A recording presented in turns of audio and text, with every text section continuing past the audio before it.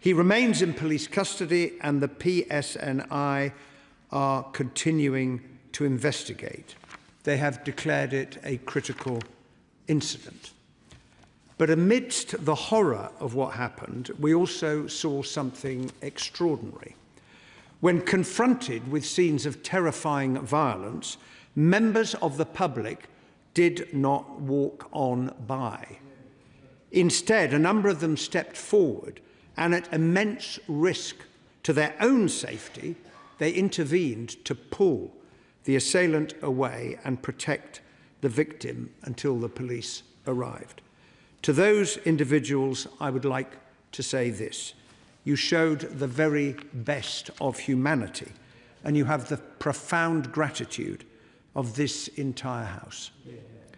This was a horrific and brutal attack, and the PSNI are seeking to provide support and reassurance to the local community. The Chief Constable, to whom I have spoken twice this morning, and his officers have our full unwavering support as they pursue their inquiries. I would also like to repeat their appeal not to share or repost footage of the attack out of respect for the victim's family. Mr. Speaker, I echo the words of the Prime Minister this morning that there is no place for such violence on our streets.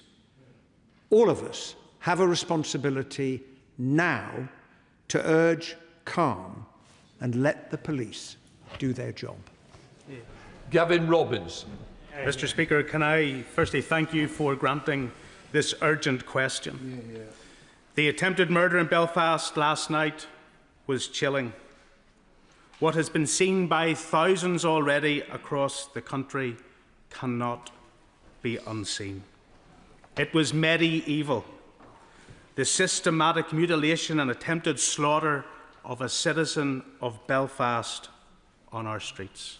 Mr. Speaker, my prayers are with the victim, and I similarly praise the brave man who, with a hurl in his hand, intervened to save his neighbour's life, and this House should praise him too. Mr. Speaker, what occurred last night will have profound implications for community cohesion in this country. This needs to be a time for honesty and openness and truth. Will he confirm that he and his government recognise that uncontrolled immigration needs to end? Will he confirm that the government needs to reassure and protect our population who for too long have had their concerns ignored?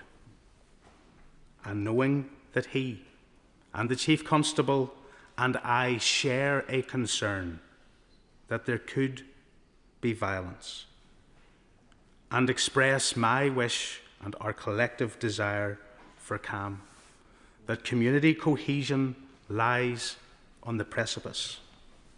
Will he confirm that the actions last night in no way reflect or represent the values of our nation?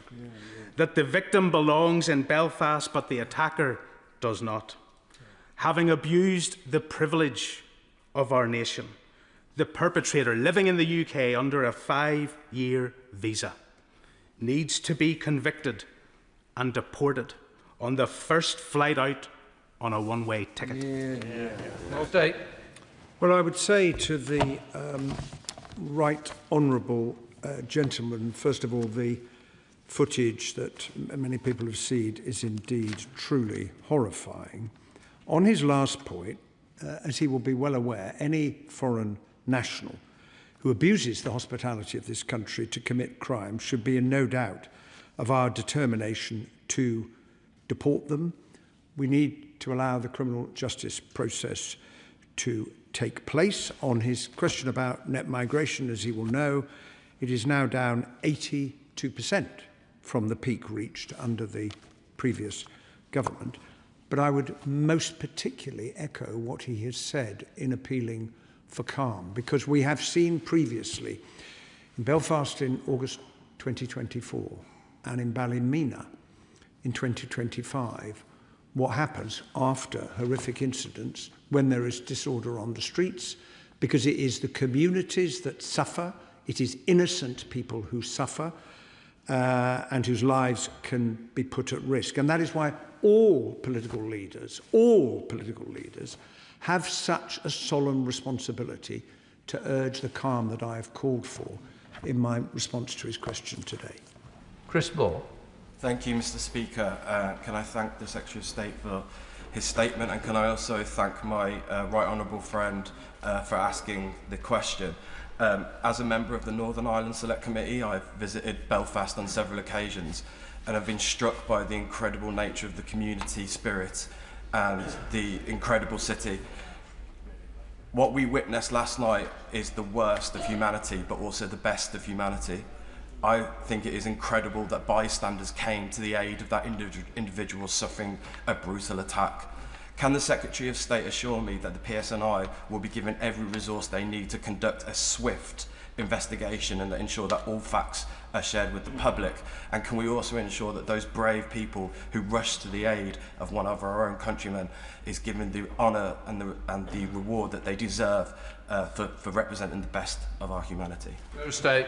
Well, I say to my honourable friend that I know from the conversations I've had with the Chief Constable this morning that the PSNI are treating this, of course, as the House would expect, with the utmost seriousness and are pursuing their inquiries. We need to let the police investigation and, in due course, any criminal justice process take its place. I am in favour of as much information being shared as soon as possible, and I would report to the House, Mr. Speaker, that the PSNI will be holding a press conference in approximately 5.5 minutes' time to provide more information about the incident. I also join my honourable friend in expressing hope that the bravery that we saw on the streets of North Belfast last night may in due time be recognised. Minister Matt Vickers. Thank you, Mr. Speaker. I'd like to echo the Secretary of State's comments in condemning this dreadful attack. Last night's attack in North Belfast was horrifying, appalling and deeply disturbing. This was a brutal act of violence that will have sent shockwaves through the local community and caused huge concern across the city, Northern Ireland and the whole of the United Kingdom. My thoughts, and I'm sure those of the whole of the House, are with the victim whose condition has been described as serious. I also want to pay tribute to the PSNI and members of the public who displayed remarkable courage in stepping in to confront the attacker before the police arrived. The police service of Northern Ireland must be given the time and space to carry out a full and thorough investigation, and those responsible must face the full force of the law. However, given the understandable public concerns surrounding the incident, it's vital that the facts are established and we have the transparency that people deserve. Can the Secretary of State confirm the immigration status of the attacker? If, as is reported, the attacker is a foreign national, what steps will the Home Office take?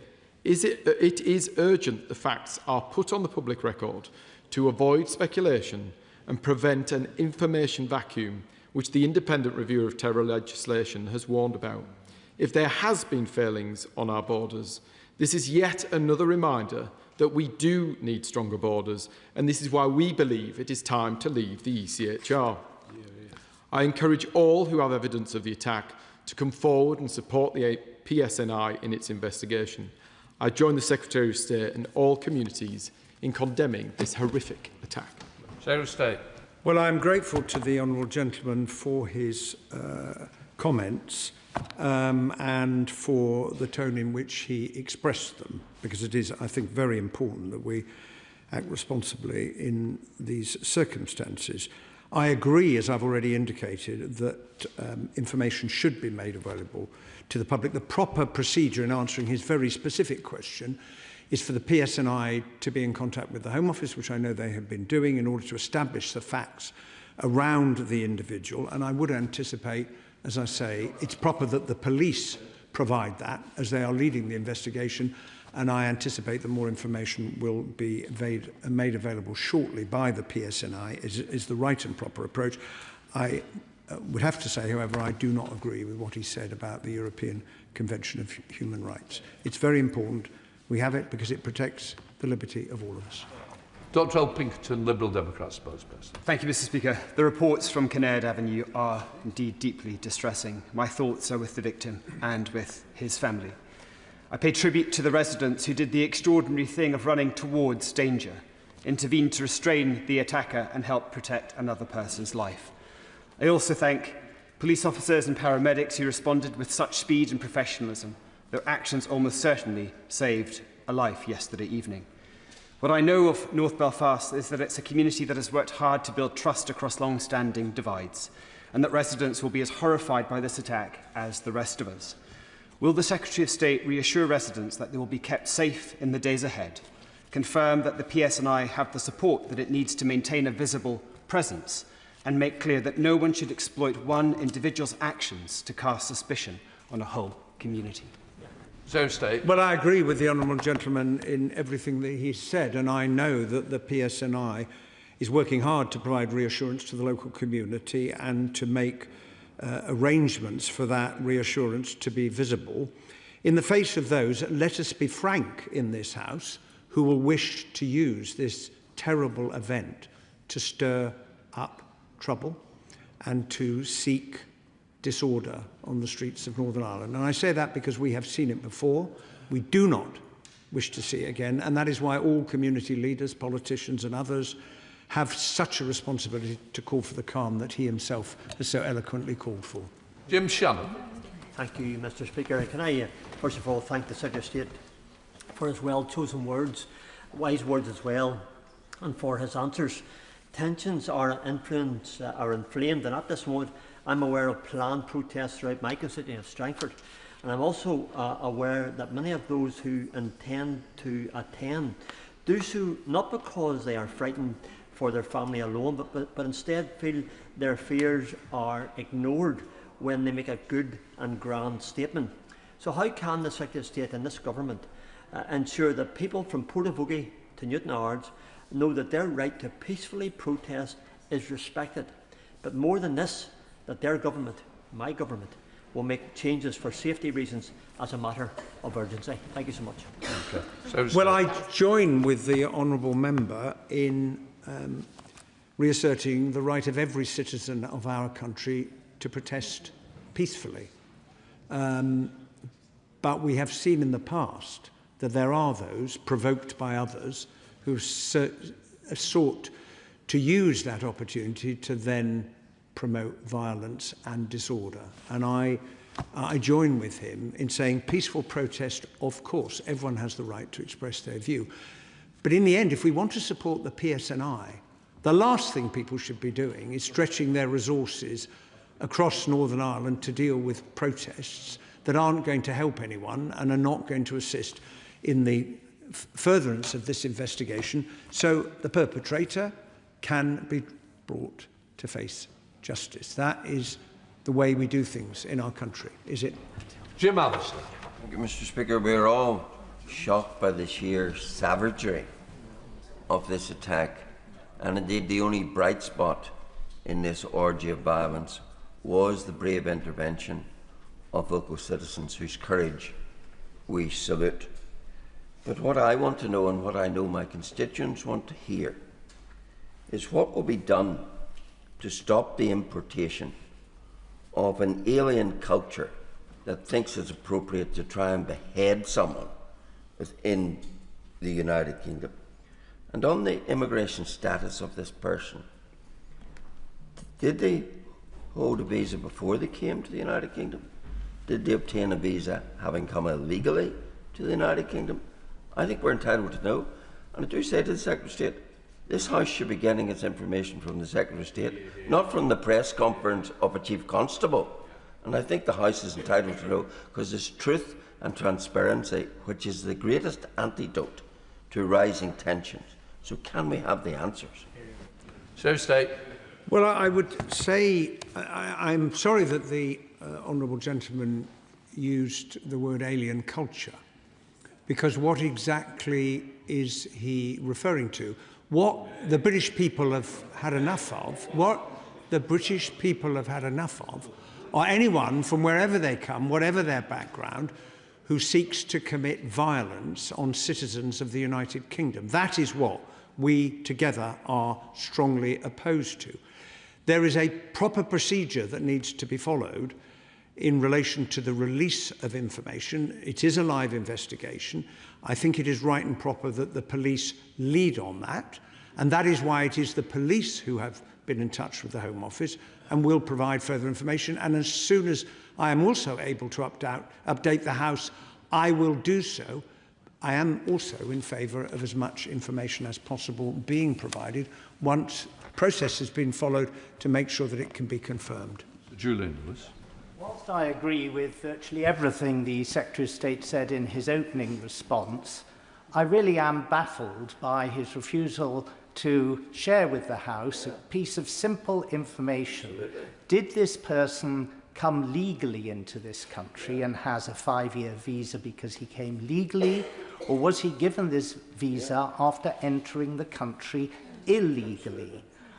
This information will come out sooner or later, and what we have learnt from similar terrible incidents like this is the longer it is withheld, the worse the rumour mill goes into action. Well, I do understand the last point that the Right Honourable Gentleman makes, but it is very important in these circumstances to be absolutely sure about the facts before they are released. And the proper vehicle for doing that is the PSNI being in touch with the Home Office, which is what has been happening this morning. As the Right Honourable Gentleman may be aware, the police originally said they believed him to be of one nationality. It may well turn out that he is in fact of another nationality, which does demonstrate the point I'm trying to put to the House, that it is important that the police lead on that so that the full facts can come out and then they can be made available to the House and to the country. Lee Anderson. Mr. Speaker, of course the Secretary of State will know the answer to this question. Did the assailant enter the United Kingdom as an illegal migrant stroke asylum seeker? Well, until I am in a position by talking to the Honourable Gentleman's asked me a question, would he do me the courtesy of allowing me to answer it? Until I am in a position to have that confirmed, I cannot confirm it to the House. As soon as I can, I will. But as I've already explained, it is the PSNI that is leading on answering the very legitimate question that he has asked. Robin Swan. Thank you very much, Mr. Speaker. The Right Honourable Member for East Belfast described this incident as medieval. It wasn't just medieval, it was pure evil when we saw what happened on the streets of the United Kingdom.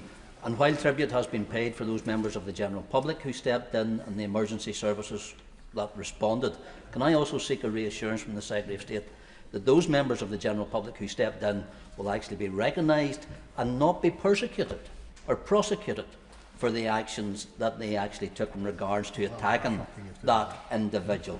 And can I also encourage the Secretary of State to come forward and fill the vacuum of information that's out there, because he does know more than I think he is telling the House at this minute in time in regards to this incident? It was an act of pure evil. I agree with the Honourable Gentleman in saying that. I'm surprised that he suggests there's any possibility of those who came to the aid of the victim should be at risk of prosecution because they were trying to save him when judging by the footage, when the attacker was trying to inflict great harm upon him. And my judgment, having looked at that, is what they did was proportionate and fair. But that is for others to judge. It is important that they are recognised. I've already indicated the House. As soon as I have information that is confirmed and which I can be sure of, I will inform the House. Gregory Campbell. Mr. Speaker, tens of thousands of people are horrified at the circulation online of the video that the Secretary of State has alluded to. And while he quite rightly congratulates the members of the public who intervened, and they did, whether it was a hurled bat or a cricketing bat, they took action. But what we need to see now, as tension rises, we need to see government action to restrict and inhibit people arriving in this country illegally, some of which carry out the actions that we saw on the streets of Belfast last night. Well, the Honourable Gentleman will be well aware of the action that the government is taking to deal with illegal migration. And I've also made clear to the House the steps we take if anyone, however they came to the country or whether they are from this country, commits a criminal offence, they will face due process. And any foreign national, regardless of how they came, who abuses our hospitality and commits crimes, can expect to be deported at the end of their sentence. Co Lockhart. Thank you, Mr. Speaker. My thoughts are very much with the victim of this horrific attack last night, and I want to also echo the calls for calm in our communities. Communities in Northern Ireland are angry, they are demanding answers, and they deserve answers. Sadly today, I don't feel they're getting those answers. And it's not lost on the people of North Belfast, who is in this place today speaking up for working class communities who are very concerned about uncontrolled immigration and the fact that many houses now, that mayors won't even tell how many houses they have full of immigrants. So my question is, was this individual known to the authorities? How many other from the same country are currently being accommodated in Northern Ireland? How did they enter the UK? And what action this government is taking to prevent abuse of our immigration system, including via the land border within the Republic of Ireland? Well, I say to the honourable member that the public are right to be angry about what they witnessed in that appalling video and what they have heard about the attack that took place. As I've already indicated to the House, I mean, some of the questions that she's asked I will endeavour to come back to her on. Others will be provided in due course once the facts have been checked. It's really important that the facts are checked before information is given to the House, because I won't want to stand here and say one thing and it turns out that is not the case. So checking that thoroughly is a responsibility on me before I inform the House, and that is what I intend to do. Khan. Thank you, Mr. Speaker. Can I also echo the sentiments of members in this House in sending my thoughts and prayers to the victim of this horrific attack? And in specific, can I also extend my gratitude to the local community who bravely intervened? What we all must do now is encourage calm at this most troubling time and stop tensions from further being inflamed. And to that end, does the Minister agree that we must not let the heinous actions of one person be taken as an opportunity to taint an entire community, and that we should not and must not attempt to fill the gaps whilst the story and the police investigation continues to deliver justice to the victim and their family? Well, I do agree with the honourable gentleman when he says that. And when I think back to those who were attacked in the wake of the terrible events in Southport and then in Ballymena, we know that in Northern Ireland, certain of individuals were attacked. It had nothing to do with any of this, simply because of the colour of their skin. And that is not what this country is about. Identify an attacker, due process in due course after investigation.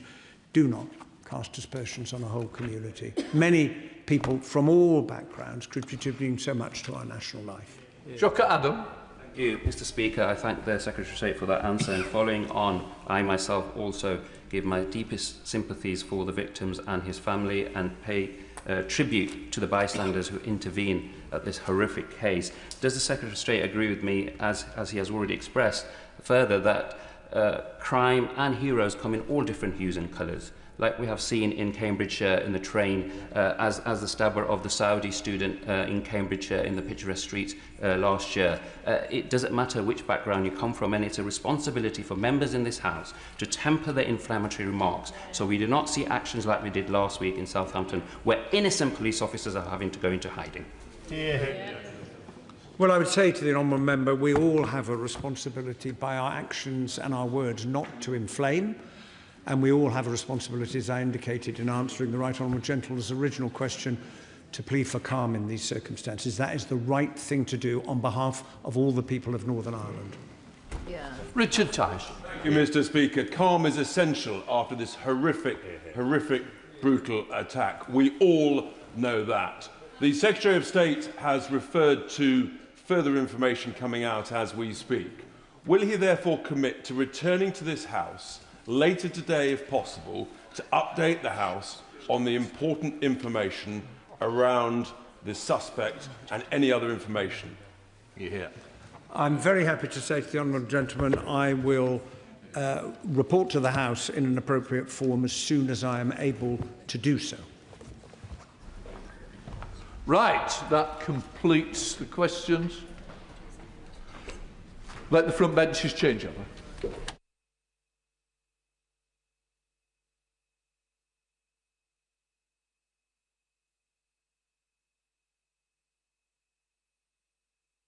We now come to the statement.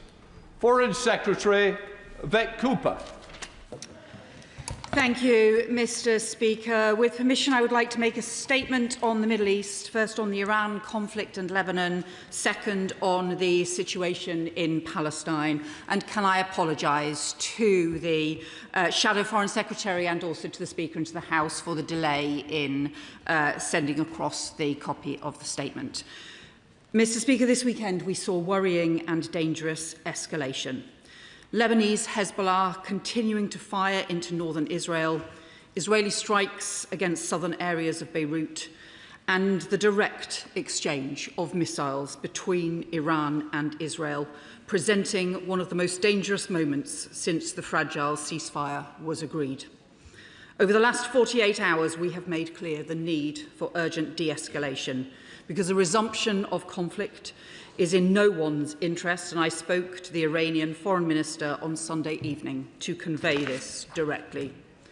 Both Israel and Iran have indicated that they have ended their strikes, and that is welcome, but there was some reporting just before I entered the chamber of strikes again this morning. It's vital that we have a diplomatic way forward, both to end the conflict in Lebanon, to reopen the Strait of Hormuz, to restore regional stability and prevent Iran ever developing or obtaining a nuclear weapon. As we have previously made clear in this House, Israel's recent escalation in Lebanon was reckless and disproportionate and deepened the humanitarian crisis that has already seen more than 1 million Lebanese people driven from their homes and thousands killed. But we strongly condemn Hezbollah's attacks against Israel, including its northern communities, because at Iran's instigation, Hezbollah, a proscribed organisation, is dragging Lebanon into a war that is against the interests of its people and its government. It must end this dangerous attacks and disarm.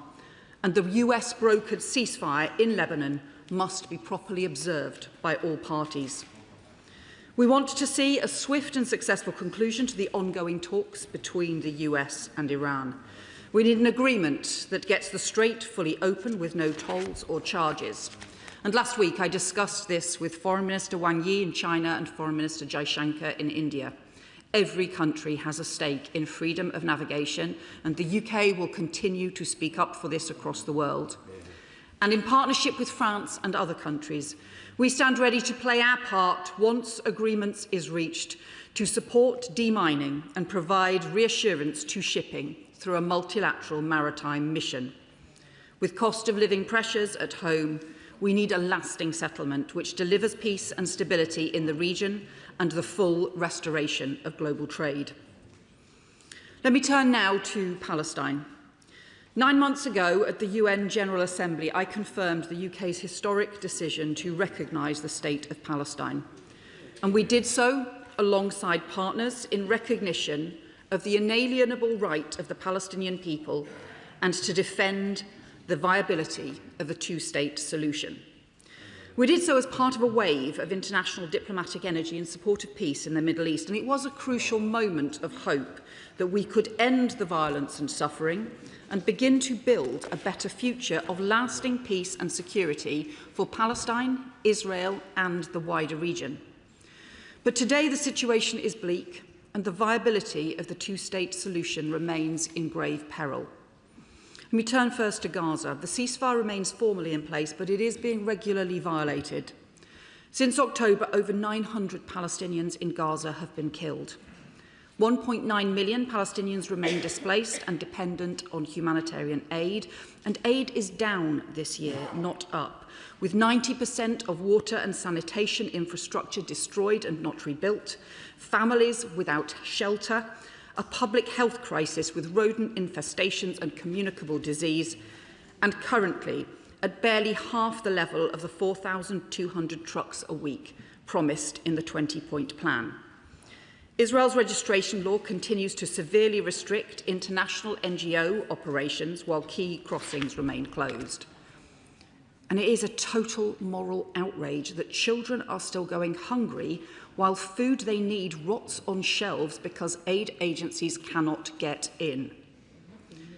Meanwhile, Hamas decommissioning has not yet started, and they retain a tight hold on areas of Gaza. And instead of the phased withdrawal of Israeli troops, Gazans are restricted to just 40% of the territory, unable to access their land beyond the yellow line. And Mr. Speaker, we urgently need new international energy, new pressure and new action to resuscitate the 20-point plan. For the UK, that means pressure in 3 priority areas. First, increased aid is urgent and must be unconditional. Despite all the challenges, UK aid is making a difference on the ground. Last year, we provided over £80 million of humanitarian and early recovery funding, with funding protected again this year, enabling 650,000 people to receive food and improving access to water, sanitation and hygiene for 300,000 people. UK support for mine clearance has enabled 45 acres of land to be made safe for community use and helped clear 24 key sites, including medical facilities. And today I can announce another further £1 million to support these mine clearance efforts. But some UK aid is still stuck in warehouses, including in Jordan and Egypt. And humanitarian support is a fundamental right. It cannot be bartered against other aspects of the peace plan. So the Netanyahu government must recognise its urgent humanitarian responsibility to open crossings and to end the arbitrary restrictions so the UN, UNRWA and international NGOs can fulfil their life-saving mandates. Second, we continue to press for the decommissioning of Hamas weapons to get underway. Hamas must destroy its terrorist infrastructure and weapons production sites as a first step towards full demilitarisation. And we have offered UK technical expertise to support this. Meanwhile, Israel must deliver on its commitments to withdraw. And third, we need the practical support and access that was promised for the Transitional Palestinian National Committee. There are still too many obstacles in its path, and it is still not operating within Gaza itself. That makes it easier for Hamas to retain its hold. We have offered practical support to the committee as they endeavour to fulfil their mandate, and we will lead international calls to support them in coordination with the Palestinian Authority, because Palestine should be run by Palestinians. Which brings me to the West Bank. Following to the ceasefire agreement, I warned that sustained peace would not be possible without a comparable effort to protect the viability of Palestinian statehood and rights in the West Bank. Instead, we have seen the opposite. Last week, a 7-month-old baby was killed in his mother's arms. His name was Sam Abu Haikal, after the IDF opened fire on a family car in South Hebron. And the UK supports the calls for an immediate and transparent investigation and robust accountability. Over the weekend, a gunman in Israel opened fire, with 1 killed and 5 injured, an attack that shockingly was applauded by Hamas. We've also seen rising and incredibly disturbing settler violence. Palestinian families and communities driven from their homes, brutally beaten while farming their own land. 950 violent incidents this year already. In April, settlers shot dead 2 Palestinians while attacking a school, and 1 was a boy of 14. Mr. Speaker, the UK condemns this shocking violence which terrorises Palestinians. Many Israelis are horrified at what they are seeing from settler extremists. The Netanyahu government has condemned some settler violence, but that rings hollow when there is scant accountability and when the agenda of the hardline settlers has now become intertwined with the approach of this Israeli cabinet. So let me set out today new action this government will take. First, I'm announcing a new wave of sanctions targeting the networks that are supporting this violence. Organisations including the Farms Association that fundraises for illegal outposts, strongholds for settler aggression.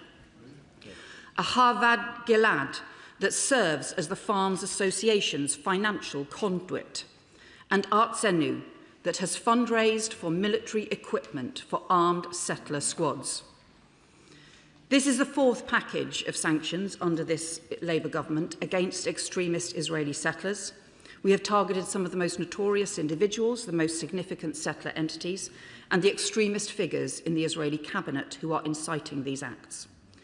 Today's measures mean the UK is second to none among international partners in targeting those facilitating and inciting settler violence. We're also going further. On the 22nd of May, the Prime Minister led a group of other world leaders warning businesses not to bid for construction tenders for E1 or other settlement developments. But this is not just about construction contracts. So today, alongside the Department for Business and Trade, I have strengthened our business risk guidance to make it clear and unambiguous. If you are a British citizen or business, you should not conduct any economic and financial activities in illegal Israeli settlements.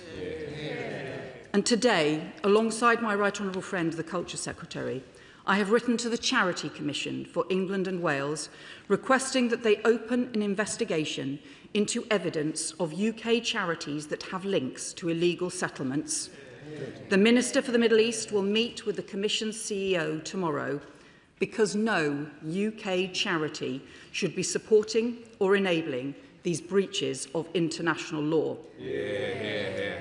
The principles we're acting on, I believe, are widely supported across this House. We believe that settlements are a fundamental barrier to peace and a flagrant breach of international law. We believe that violent settler groups should not be profiting from the land that they have seized from Palestinians.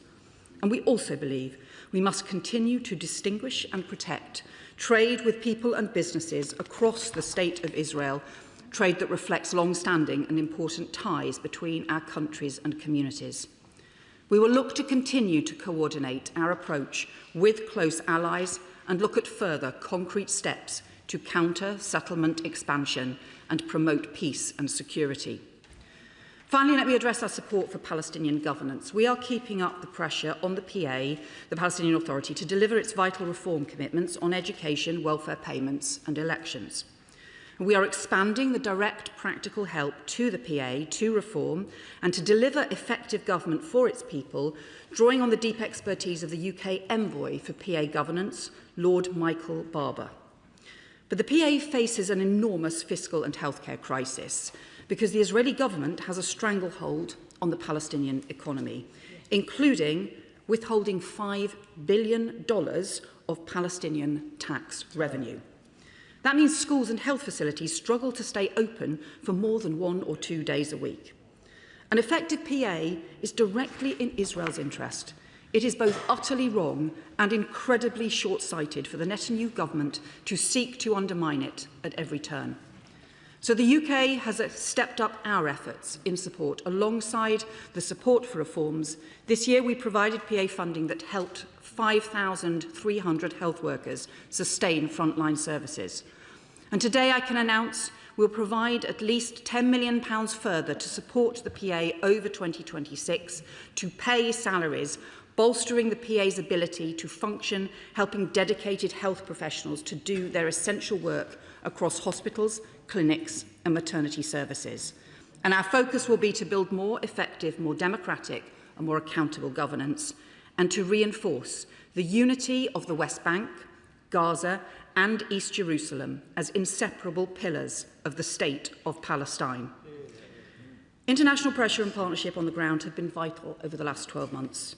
And so later this week, I will travel to Paris along with other foreign ministers in advance of the peace-building conference, which is bringing together Israeli and Palestinian civil society groups alongside international partners dedicated to advancing the two-state solution. Because the momentum of last year must be reinvigorated for the sake of peace and security for all. I commend this statement to the House. Dame Priti Patel, Shadow Foreign Secretary. Mr. Speaker, Iran is the world's leading state sponsor of terrorism, and it's now over 100 days since this conflict began, and yet Iran continues to pose the most dangerous and significant threat to the Middle East, peace and security, and to the interests of Britain and our allies and friends in the region. In recent days, we have seen the most appalling Iranian attack in Kuwait, causing injury and death at Kuwait International Airport, and launched missiles towards Israel. They continue to obstruct the movement of goods through the Straits of Hormuz, seeking to hold us all to economic ransom. They refuse to end their nuclear weapons program. They carry on oppressing their citizens, having butchered thousands already this year. And they continue to sponsor and support terrorist proxies throughout the region, causing bloodshed from Lebanon to Yemen to Gaza. They've shown no interest at all in pursuing peace, and they laugh in the face of sanctions. No one in this House should have any shred of sympathy for the Iranian regime, which has caused so much terror and has blood on its hands. Iran has been the root cause of immense suffering in the Middle East for far too long, in places where it has no business whatsoever. And as the President of Lebanon has said in recent days, Lebanon is not Iran's country.